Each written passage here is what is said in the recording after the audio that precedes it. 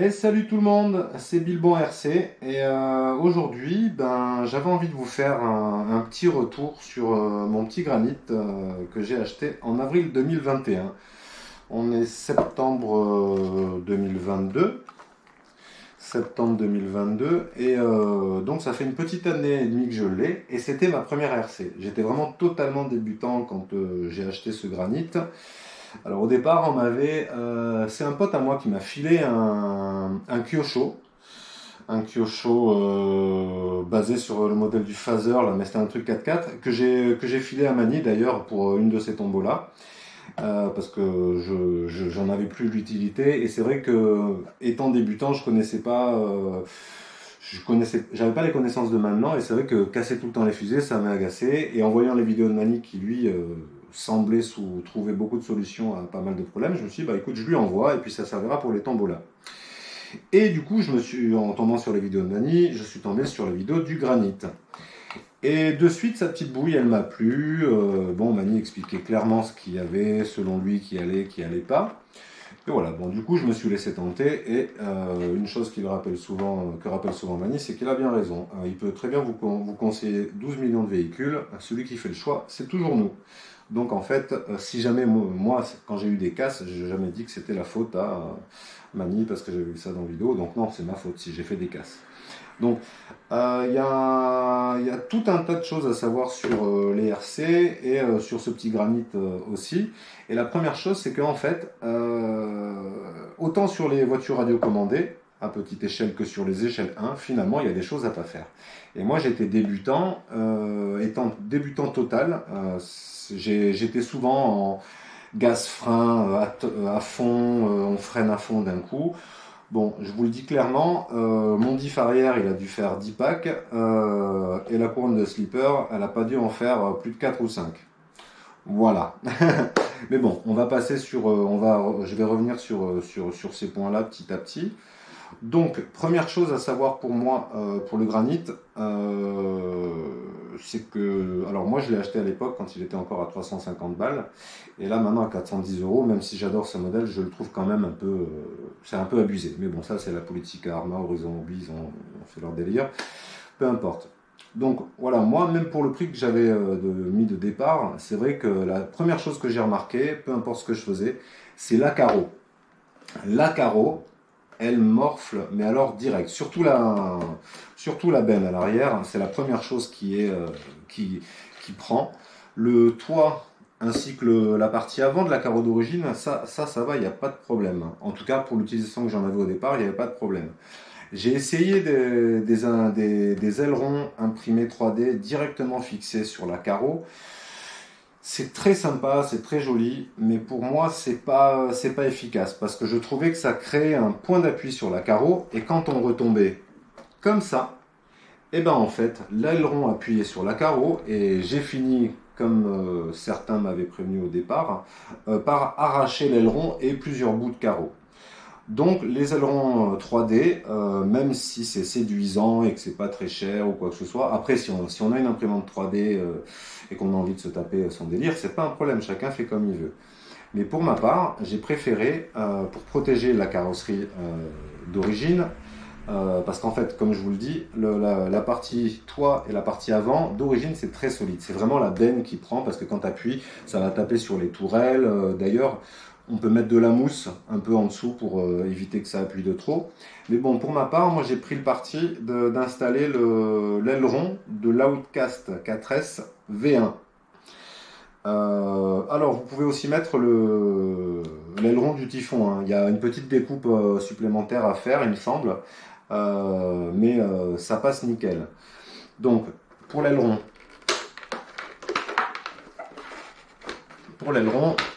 même sur la carreau d'origine, vous serez obligé de faire une découpe comme celle-ci. Voilà, là vous la voyez bien. Voilà. En fait, vous êtes obligé de découper l'arrière. Si vous ne savez pas trop comment faire, inspirez-vous des photos de la carrosserie de la Outcast et vous devriez à peu près trouver ce dont vous avez besoin. Et donc voilà, moi ici vous voyez, c'est une carrosserie incassable. Parce que bon, En termes de fragilité de la carrosserie d'origine, moi j'ai remarqué qu'il y avait vraiment que la benne qui recevait. Du coup, avec l'aileron, aucun problème, la benne ne reçoit plus, et je vais me répéter, le toit et l'avant, ça se passe sans problème. Maintenant, si vous voulez commencer à faire quelques sauts, il faut quand même bien se rendre compte que bah, même pour ceux qui sont plus aguerris que moi, je pense que ça leur arrive aussi de tomber sur le toit. Et quand on a un petit bébé qui fait 3,5 kg, 3,7 kg pour le mien avec une lipo dedans, sur le toit, ben, la carreau, elle s'affaisse et c'est pas... au bout d'un moment, elle va manger quand même. Donc du coup, j'ai pris une carrosserie incassable.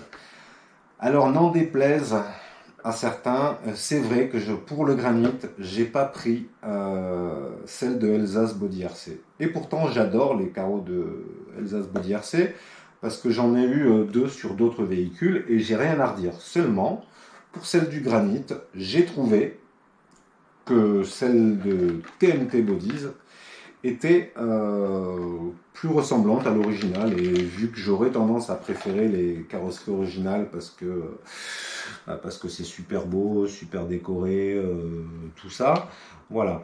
Alors, une précision par rapport à la carreau de TNT Body, c'est que en fait, elle sera moins épaisse que celle de Elsace. Elsace, on est sur du 3 mm, celle-là, on est sur du 2. Mais honnêtement, pour le bash que je fais, je l'envoie pas à 6 mètres de haut non plus. Quoique, la dernière fois, je l'ai un peu volé, mais bon, peu importe. Je veux dire, le but, c'est pas de l'envoyer trop fort. Donc, j'ai estimé que celle-là me suffisait et ça donnait une bouille plutôt sympa. Voilà. Donc c'était tout ça pour dire que en fait j'ai rien contre les carreaux Elsace, bien au contraire. J'en ai déjà deux. J'en avais une sur le VS, une sur le Typhon que j'ai encore, et si j'achète d'autres modèles, il y a de fortes chances pour que je leur en prenne encore. Mais bon, pour le granit, j'ai vraiment préféré celle-ci. Au niveau des prix, bon bah ça vient c'est pas français, ça vient de Turquie, c'est à 65 euros, et c'est vrai que Elsace, eux, les font à 60 livrés. Donc c'est vrai que chez Elsace, c'est français, c'est un peu moins cher. Voilà. Après, c'est une question de goût. Moi, je voulais une carreau qui se rapproche le plus possible de l'original, et j'y suis. Voilà, là ça me plaît, je trouve que le look il est super. Bon, là j'ai refait toute la déco parce que bon, avec le bash, tout ça, ben vous voyez, hein, on casse un peu. Voilà, bon, je trouve que c'est plutôt réussi. C'est plutôt réussi, j'aime bien ma déco. Ensuite, donc, j'étais en train de parler de l'aileron. Donc l'aileron, si vous voulez l'installer sur votre granit, c'est d'ailleurs pour ça aussi que j'adore la gamme Arma, c'est qu'en fait, il y a plein de pièces qui sont compatibles d'un modèle sur l'autre, inversement. Donc là, en fait, si vous allez sur le site RC Fastcar, c'est là où généralement je commande une bonne partie de mes pièces, vous avez le loisir de choisir le support d'aileron de l'Outcast V1 ou celui du Typhon, ce sont les mêmes. Et pareil pour l'aileron, vous n'avez qu'à prendre celui qui vous convient. Moi, en termes de look, j'ai préféré celui de la Outcast, mais celui du Typhon 3S fonctionne très bien. Ensuite, je ne sais pas si vous avez remarqué, j'ai mis aussi la Wheelie Bar de la Outcast. Et alors, pourquoi j'ai mis cette Wheelie Bar? C'est parce que j'avais vu une vidéo sur la chaîne, justement, RC Garage 68, dans la chaîne Amani, j'avais vu que la barre de Wheelie trop basse, faisait que quand on était comme ça au maximum, Mani expliquait que on forçait trop sur la transmission. Du coup, je me suis dit, eh ben, mettons la Wheelie Bar de la Outcast. Et effectivement, du coup, on a un angle beaucoup plus haut, et si j'en crois ce que j'ai entendu dans cette vidéo, je devrais donc forcer moins sur ma transmission. Voilà pourquoi j'ai mis ça, et en plus je trouve que ça fait joli. Voilà, tout simplement. De derrière, j'aime bien le look que ça fait. J'en suis super content. Ensuite, là j'ai remis la housse. On arrive à la fin de l'été. J'ai commencé à remettre la housse parce que voilà, comme ça en fait moins. Alors vu qu'il fait encore bon chez moi, je suis dans 0,6, je la roule ouverte en ce moment pour qu'il y ait quand même un peu d'air qui rentre là-dedans, parce que vraiment ça chauffe. Vraiment, ça chauffe quand même, donc il faut faire gaffe aux températures. L'été, je vous le rappelle, et sur le granit, pensez-y aussi, parce qu'il chauffe pas mal l'été. Il y a beau avoir un ventilateur sur le moteur, ça chauffe. Faites votre pack. À la fin du pack, quand vous arrivez en coupure, vous coupez. Je ne sais pas si vous êtes fumeur ou pas, fumez une clope, buvez un coup, faites une bonne pause de 10 minutes, vous laissez tout refroidir et vous repartez. Avec ou sans housse, hein, de toute manière. Il faut les laisser reposer l'été, sinon la méca, elle prend cher. Ensuite, sur ce granit, qu'est-ce que j'y ai fait? Alors, pour les roues, j'ai fait un compromis. Les roues d'origine, c'est les D-Boots Fortress et ils font 200 grammes. J'ai essayé les Proline Badlands MX28, ils font 214 grammes et il y a énormément d'accroches et ça m'a flingué un diff. Sur l'air, je roule beaucoup sur l'air, donc alors ils ont que 14 grammes de plus. Alors je sais pas si c'est la croche vraiment qui a fait ça, mais je sais que moi j'ai perdu un diff. Alors est-ce que c'était moi étant un débutant qui accélérait trop fort et avec l'accroche de ces Badlands qui est flingué prématurément mon diff? Est-ce moi ou alors est-ce réellement l'accroche du pneu? Parce que sur le Proline en plus la gomme elle est dure et je vous dis ça accroche. Donc j'ai changé ces pneus, je les ai revendus. Ensuite j'ai acheté ça c'était à mes tout débuts, je connaissais pas trop grand chose. Et quand j'ai acheté les Louise Uphill. Et quand je les ai vus arriver, je dis waouh, ils sont beaucoup plus gros que les D-Boots. Et je les ai de suite pesés. Et là on arrivait à 247 grammes. Je ne sais pas si vous vous rendez compte, ça fait 47 grammes x 4 en plus sur le poids de la machine. Et donc sur la transmission, c'est ce qui fait. J'ai jamais eu de problème à l'avant. Par contre, avec ces pneus, vu le poids, les cardans plastiques ne tenaient pas. Donc, j'arrêtais pas d'avoir les cardans plastiques qui se déboîtaient. Qu'est-ce que j'ai fait? N'étant pas encore sûr que ces problèmes de cardans qui se déboîtent viennent du poids des roues, je me suis orienté vers des cardans métal. Et j'ai pris les GPM. Parce que ça me semblait être une bonne upgrade. Et alors au final, pour ma part, pour le granit en tout cas, je ne recommande pas les cardans GPM, encore moins avant-arrière, je ne les recommande pas du tout, parce qu'ils sont très très lourds. Et quand j'ai installé donc mes cardans GPM, j'étais tout content, c'était beau, j'avais choisi des gris, ça me plaisait. J'ai fait un demi-pack dehors, j'ai entendu crac crac crac. J'avais le roulement interne dans le diff qui avait lâché. Donc on a viré ces cardans. Et vu que je tâtonnais, que j'avais des gros pneus et tout, je me suis dit bon, on va changer totalement les pneus. Et j'en suis venu aux Louise Pioneer. Alors les Louise Pioneer, ils sont légèrement plus petits que les D-Boots Fortress d'origine qui sont montés sur le granit. Mais ce qui m'a le plus plu, c'est qu'ils font 160 grammes. Donc ça fait 40 grammes de moins que les D-Boots. Donc ça fait 40 grammes de moins x 4. Ça commence à devenir intéressant en poids. Donc du coup, voilà, je les ai gardés. Le seul petit bémol que je pourrais dire sur les pneus Louise, c'est que si on ne prend pas le soin de boucher les trous, alors il y en a qui bouchent les trous et qui percent sur le pneu directement à l'extérieur, comme ça la merde s'évacue. Si vous laissez les trous ouverts à l'intérieur, dès que vous allez rouler dans le humide, tout ça, la mousse elle va prendre, la poussière ça va faire un agglomérat de merde là-dedans. Et au final, vous aurez les gommards qui sont encore tout à fait bons, mais les mousses totalement défoncées. Et moi, je ne me suis pas encore lancé, ça fait qu'un an et demi que je fais de la RC, je ne me suis pas encore lancé dans le démontage, recollage des pneus. J'y vais petit à petit, j'ai regardé déjà pas mal de vidéos. Je pense que je serai pas plus bête que les autres, mais pour l'instant, je ne m'y suis pas mis. Donc ce que j'ai fait, c'est qu'en voyant les gens qui me conseillaient de boucher les trous, j'ai bouché les trous. Alors par contre, moi, j'ai pas percé de l'autre côté, parce que ça me va très bien comme ça pour l'instant. Je le ferai peut-être un jour.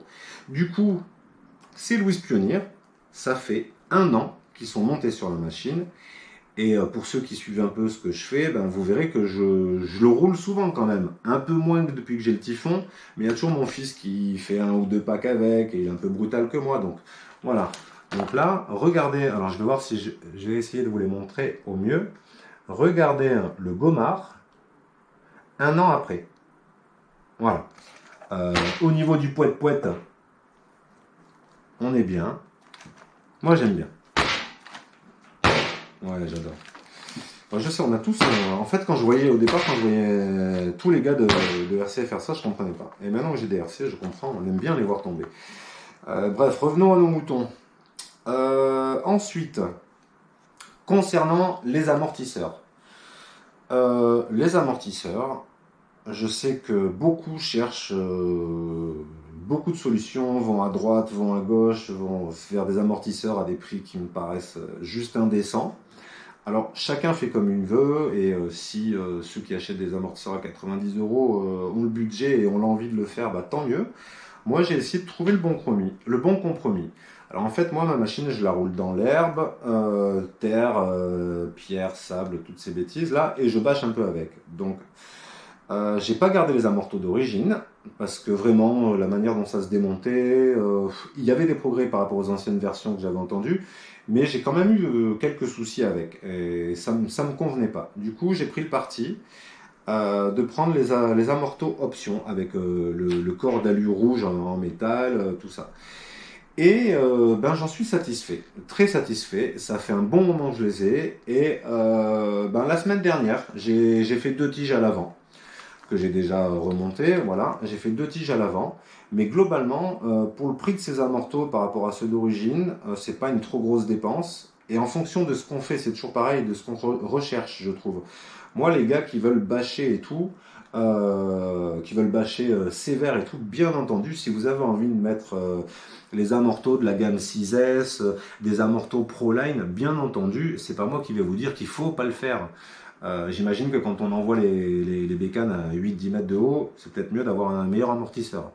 Mais, bref, en tout cas, mon avis, et pour ce que j'en fais, moi je suis resté sur les amortisseurs options, et ça va très très bien. J'ai 850 devant, 650 à l'arrière. Pour l'avant, j'ai 2 petites précontraintes, et pour l'arrière, j'ai rien du tout. Voilà, et je trouve que je suis bien. Voilà, j'aime bien la réaction, ça saute pas. Franchement, moi, ça me va. Ensuite, alors, on va enlever ça, on va enlever la housse, comme ça, je vais bien vous montrer l'intérieur. Alors, je sais que chez Arma, ils ont rectifié le tir, mais à l'époque, là, la plaque rouge, parce que normalement vous avez le support moteur en plastique avec la plaque rouge. Et moi, la plaque rouge, je l'ai tordue 2 fois, je l'ai redressée, mais ça m'inquiétait un peu parce que je me dis, à chaque fois qu'elle bouge, ça va bouger mon entre-dents, et c'est un coup à bousiller quelque chose. J'avais vu sur une vidéo de Greg qui avait les anciennes plaques moteurs, en plus où il y avait les trous directement faits en fonction du... Ben, il y avait les repères quoi, pour mettre son moteur, comme ça au moins on n'avait pas de problème, et l'entredent était déjà réglé. Eh bien moi j'ai essayé de retrouver ce système, mais du coup je suis parti sur un support moteur GPM en métal, ou alu, je ne sais pas si c'est alu, mais en tout cas je vais préférer dire métal pour pas dire de bêtises. Et dedans, alors par contre, il y en a de ces supports moteurs, faut faire gaffe, il faut pas prendre la version du Mega, il faut bien faire attention à prendre celle du BLX. Si jamais vous avez besoin de la ref, vous me la demanderez dans les commentaires, et je vous la mettrai, j'ai le lien du site sur lequel je commande, parce que moi je suis en pignon de 13, non 15, je sais plus, je dis une connerie. Non, je crois que c'est 15 d'origine, et en fait, dedans ce support moteur, j'ai pour régler en pignon de 13, 15, 20 et 26. Donc moi, à pignon de 15, je suis bien, j'ai mis ça, et ça n'a plus jamais bougé. Ça fait plus d'1 an que j'utilise ce support moteur, rien ne bouge, tout va bien pour moi. Dedans, alors pour en revenir, donc voilà, maintenant on va continuer un peu plus méca. Le slipper. Alors le slipper, pour ma part, j'ai le slipper avec la couronne métal. Et donc, contrairement au slipper, quand vous mettez la couronne plastique, je n'ai pas 3 skids, mais j'en ai 4.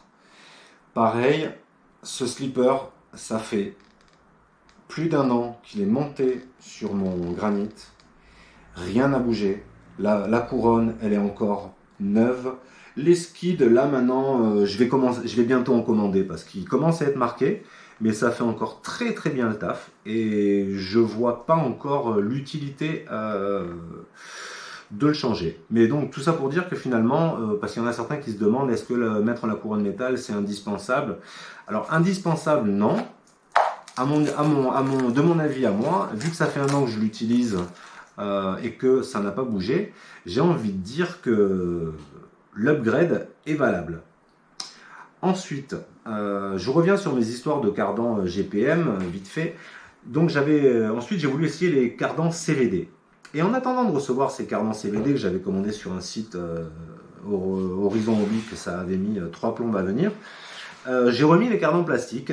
Et entre temps, qu'est-ce que j'avais décidé de faire? Donc j'avais remis mes Louis Pionnier. Et entre temps, j'avais mis le diff métal derrière. Alors, à l'avant, le diff, c'est toujours un diff plastique. Et je n'ai changé le diff qu'au bout des 200 packs à l'avant. C'est-à-dire que mon diff d'origine a fait 200 packs devant. Et lui, il est resté en 10 000.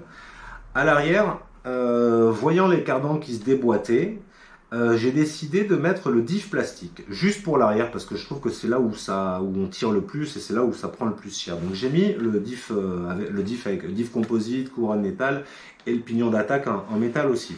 Tout ça c'est pareil, j'ai installé slipper, diff en même temps, ça a 1 an, un peu plus.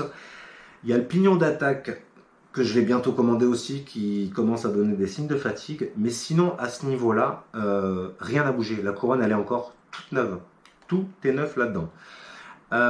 Et donc, pour reparler de ce diff, à un moment, dans ma tête, je pensais que c'était la dureté de l'huile qui faisait que mes cardans se déboîtaient. Et c'est que plus tard que j'ai compris que finalement, c'était peut-être un peu tout. Un peu mes cardans trop lourds, mes roues trop lourdes, trop d'accroches. Donc en fait, c'est pour ça que je suis revenu sur les Louis Pionnier qui étaient à une taille à peu près similaire au début de ceux d'origine. L'accroche est à peu près la même. On avait 40 grammes de moins, c'était super cool. Mais pour être sûr de ne pas déboîter mes cardans, parce que je restais quand même un peu convaincu que c'était au niveau de l'huile, je suis passé à 9000 en huile à l'arrière. C'est-à-dire que d'origine, il y a 10 000 devant, 10 000 derrière. Moi, j'ai mis 10 000 devant, 9 000 derrière. 9 000 derrière, pardon. Certains m'ont dit qu'on ne pouvait pas voir la différence entre 10 000 et 20 000. Alors, je les crois volontiers. Moi, il s'avère que j'ai plus aucun souci. Mes cardans plastiques sont toujours ceux qui étaient fatigués quand j'avais installé mes GPM et qui n'arrêtaient pas de se déboîter. Depuis, ils ne se déboîtent plus et je ne les ai encore jamais changés. J'ai un jeu neuf depuis 1 an, donc j'ai toujours ces vieux cardans. Ils commencent à être passablement épuisés, mais ils sont toujours là. Donc voilà. Pour ceux qui me poseraient la question, est-ce qu'il est utile de mettre le diff métal devant? Pour ma part, non. Maintenant, si vous voulez le mettre, ça mange pas de pain. Et il y a juste une chose que j'apprécie, moi, dans le fait d'avoir le diff métal. C'est pour ça que je vous conseille pas de mettre le diff métal à l'avant. Mais il y a un truc que je trouve sympa, c'est que le diff métal, je le trouve plus libre une fois qu'on a serré le yoke que quand on serre que le diff plastique. Quand on serre le diff plastique dans le yoke, la couronne elle a l'air plus large et du coup on a l'impression qu'elle frotte sur le bord du yoke. Au début j'avais envie de mettre des yokes en métal et après je me suis dit non, ne dépense pas ton argent pour rien, reste sur les yokes plastiques. Et je suis resté sur les yokes plastiques et effectivement ça va très bien pour l'avant, j'ai aucun souci. Ce diff devant, je l'ai changé à 200 packs, je dois bien avoir fait encore 30 packs déjà avec et bon tout va bien.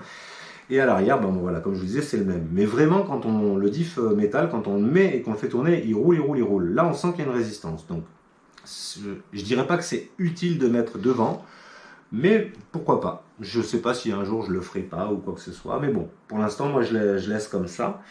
Ensuite, grosse utilité de la... Oui, je reviens vite fait sur la housse. Grosse utilité de la housse, pour ma part, c'est les cailloux. Parce que dans le granit, et ça fait pareil dans le Big Rock, dans le granit, les cailloux ont tendance à passer par là. Vous voyez?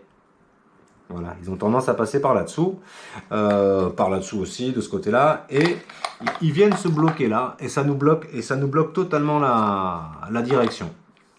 Alors, il y a un petit truc à faire qui améliore déjà ça. J'espère que je vais arriver à vous le montrer. Ouais, donc voilà, moi on m'a imprimé en 3D deux petits trucs et j'ai mis pour boucher. Voilà, j'ai mis pour boucher. Donc, tout se passe bien. Et il en rentre moins, mais par contre, quand j'ai pas la housse et quand je suis sur des terrains un peu style carrière, j'avoue qu'il m'en rentre un peu. Généralement, je fais un peu comme ça revient. Mais c'est un peu pénible. Ce que je n'ai pas encore fait sur le granit et que j'ai déjà vu et que j'ai trouvé intéressant, c'était de... Il y a des gens qui impriment en 3D ici et ils foutent ça par-dessus. Certains englobent même la pièce rouge sur l'impression. Je ne sais pas si je m'y risquerai, mais en tout cas, le cache par-dessus, ça, je ne l'ai pas encore fait, mais ça peut être utile parce qu'il m'est déjà arrivé de retrouver un caillou ici et ici ou par là, ça se coince là et lui il tourne, ça fait fondre et vous niquez un axe. Donc voilà, c'est peut-être un upgrade que j'aimerais, sur lequel je me renseignerai à l'occasion. Au niveau des ventilos, beaucoup rajoutent de la grille par-dessus pour pas que quelque chose rentre dedans. Alors sur le granit, j'ai jamais eu de souci, j'ai rien qui rentre. Alors donc j'ai pas jugé bon d'en mettre. Par contre sur le typhon, il faut que je le fasse parce que voilà, la grille de l'ESC c'est pas tout à fait pareil. Elle est un peu plus large, ça rentre un peu plus. Donc globalement, pour ce granit, pour ceux qui voudraient commencer, je trouve que c'est une très bonne machine. Il y a quelques trucs à savoir. Oui, d'ailleurs, en parlant des trucs à savoir, il y a un truc dont j'ai pas encore parlé, c'est le slipper et son réglage. Le slipper, un slipper mal réglé, ça peut être la cause d'une usure prématurée, des cardans, du div, de plein de choses. C'est lui qui est censé, alors si j'ai bien compris, alors pardonnez-moi si j'ai pas le langage, mais c'est lui qui est censé gérer la puissance qui est envoyée par le diff et il la retransmet à l'avant de manière correcte pour que ça soit pas trop et pour rien casser. Donc si vous le serrez trop, ça va pas le faire, et si vous le serrez pas assez, ça va pas le faire. Dans le premier cas, ça va presque pas avancer ou ça va forcer comme un, et dans l'autre, ça va mouliner. Donc en fait, il est préconisé par le constructeur de le serrer à fond et de desserrer d'un tour et demi. Alors moi, j'ai utilisé ce truc. Je serre à fond et je desserre d'un tour et demi. J'avais remarqué, quand j'avais installé la couronne alu, que malgré avoir réglé à un tour et demi, il se desserrait souvent. Et je pense que c'est le poids de la couronne alu par rapport à celle métal qui faisait que ça se desserre. Alors du coup, qu'est-ce que j'ai fait? En regardant, je suis tombé sur la chaîne de Nabs RC, il me semble que c'est lui qui montrait comment démonter son slipper. Et en fait, quand il le remonte sur la vis, il met une pointe de Loctite bleu. Et après, ça bouge plus. Et bah, du coup, j'ai testé. Et effectivement, ça bouge plus. Donc, voilà. Alors, pareil, quand vous démontez votre slipper et que vous avez déjà mis de la Loctite dessus, si vous remettez de suite comme ça, essayez de nettoyer, nettoyer le surplus de la vieille Loctite. Comme ça, si vous en remettez, ça accrochera mieux. Donc moi ce que je fais c'est que je la prends au briquet, je prends la vis au briquet et je frotte après avec un petit truc et j'arrive à enlever vraiment le plus gros de l'ancienne Loctite et je remets la Loctite et ça bouge plus. Voilà, donc là comme je vous dis, mon granit il a 1 an et demi. En tout et pour tout, en 1 an et demi, donc j'ai fait une couronne de slipper. J'ai fait un jeu de cardan arrière.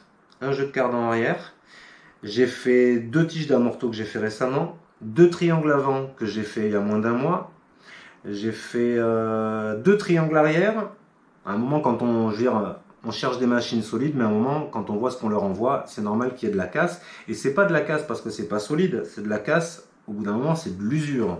Même sur nos bagnoles à échelle 1, ça doit être la plus solide, à un moment, il y a un truc qui lâche, et c'est pas forcément parce qu'on l'a mal utilisé. Moi, je sais que j'avais les triangles à l'avant qui étaient totalement bombés. Bah, la dernière fois où je suis allé bâcher, ils tenaient bon, hein, pour rouler en prairie, tout ça, ça allait très bien. On l'a un petit lève de temps en temps, ça allait très bien. Après une journée de bâche, forcément, il a lâché. C'était une pièce d'usure. C'est pas pour moi, c'est pas un triangle qui est ou qui a une malfaçon ou j'ai pas mis ça sur le compte de Arma qui fait quelque chose de pas solide ou quoi. Je veux dire, à un moment, je veux dire, je pense que ça casse par l'usure. Pareil, l'ESC, le moteur, tout ça, ça a 1 an et demi, ça n'a jamais changé. Oui, avant que j'oublie, le cerveau. Alors le cerveau, sur le mien, j'ai un DS 3218 Pro. Alors, je crois que Mani met des fois les mêmes, mais pas pro, et je me rappelle plus exactement la différence. Je crois qu'il y en a un qui est légèrement plus rapide que l'autre, mais bon, en tout cas, les deux sont bons.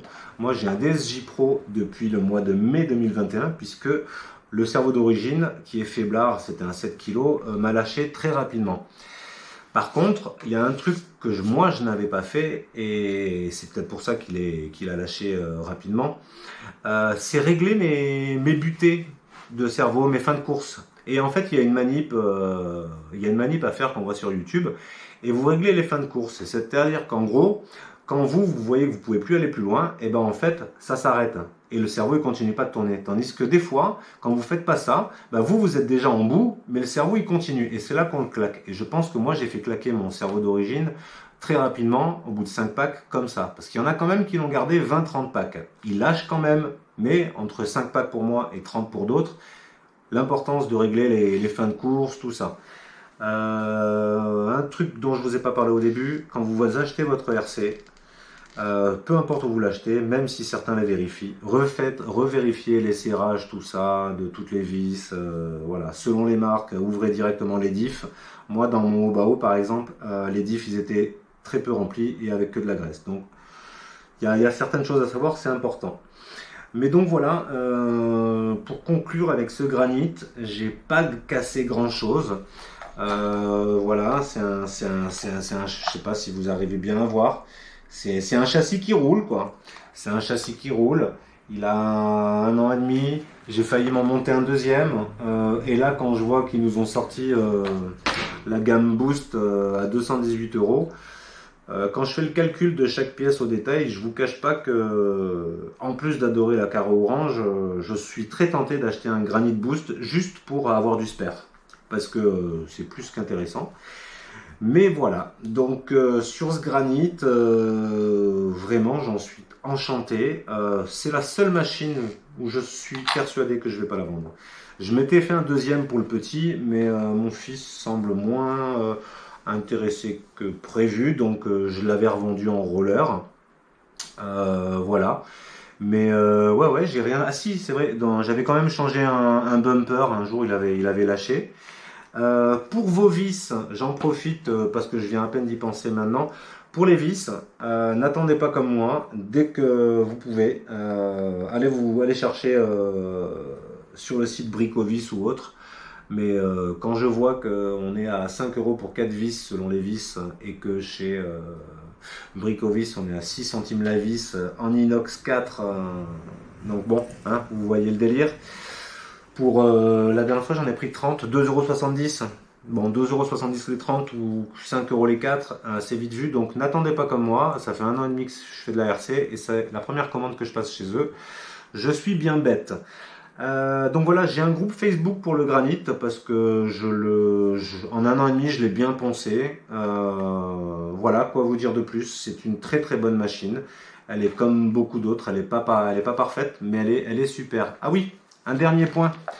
Vous remarquerez, on est tous là. On a souvent beaucoup de jeux. Alors, il y a un jeu normal, c'est relatif. Mais pareil, sur la chaîne de Nob RC, j'ai vu, alors lui, il sort les biellettes, il prend les balls, il met du Chatterton autour, il les remet, et ça enlève le jeu. Donc c'est une petite solution, une petite astuce que j'ai vue sur sa chaîne, qui permet de ne pas changer de suite ses balls. Parce que c'est pareil pour les balls là, qui vont dans les biellettes. Certains se sont intéressés aux balls Salut sur AliExpress. Bah, j'ai pas encore franchi le cap. Je sais pas. Ceux qui les ont me disent que c'est intéressant. Moi, je me demande si c'est utile parce qu'en 1 an et demi, j'ai changé qu'une fois les balls. Je sais pas. Après, ça, c'est ce que moi je vous dis, de ce que j'en pense en fonction de l'utilisation que j'ai de cette machine. Mais peut-être que d'autres diront que c'est nécessaire. Moi, je mets pas trop d'alu sur mes machines, contrairement à ce que je peux voir chez certains Américains. Je pense qu'il faut. J'ai bien compris le rôle des pièces fusibles. Et c'est logique de ce que j'ai compris. Il est logique que sur un choc en métal, il le répercute plus loin et plus fort. Le plastique va plus prendre, c'est la pièce qui va casser et pas répercuter ça derrière. Donc voilà. Bah, écoutez, on a bien blablaté sur ce granit. Si vous avez des questions ou quoi que ce soit, n'hésitez pas à me les poser en commentaire. Et puis, ben voilà, c'est tout. Et voilà. Oui, quand même, je vais le remettre parce que je le trouve quand même très joli. Voilà, je le trouve très joli. Oui, je le roule en 3S, hein, principalement. Bon, ben voilà, je crois que j'ai tout dit. J'ai parlé des cardans, des triangles, les amortos, je vous ai dit ce que j'en pensais. Pas besoin de prendre. Ah oui, les LD Racing pour les amortos, oubliez. Ça fuit, c'est trop souple, bref, j'ai pas aimé. Et comme je vous dis, avant de... Voilà, je voulais terminer sur ça. Avant de... Comment dire de penser à acheter des trucs des trucs renforcés, de mettre des upgrades à 80, 50, 100 balles selon vos machines. Pensez d'abord, avant de faire une upgrade, pensez d'abord si pour votre utilisation, ça sera utile. Parce que parfois, sur les groupes Facebook, sur YouTube, on pose une question et on va vous dire « Ah ouais, mais mets ça et tout ». Mais on n'a pas forcément tous les mêmes utilisations. Donc, dépensez pas votre argent pour rien et réfléchissez bien avant d'upgrade. Moi, je pense que mon granit, j'ai le upgrade juste qu'il faut. Il est full stock, sauf un diff métal à l'arrière avec 9000 en huile dedans et les amortos options plus l'aileron pour protéger la benne. Sinon, tout le reste et les pneus, oui. Voilà. Donc sur ce, je vous dis salut, j'espère que ça vous a plu et voilou. Et d'ici un petit moment, je vous ferai une vidéo quand ça fera plus longtemps que j'ai le typhon. Allez, bisous!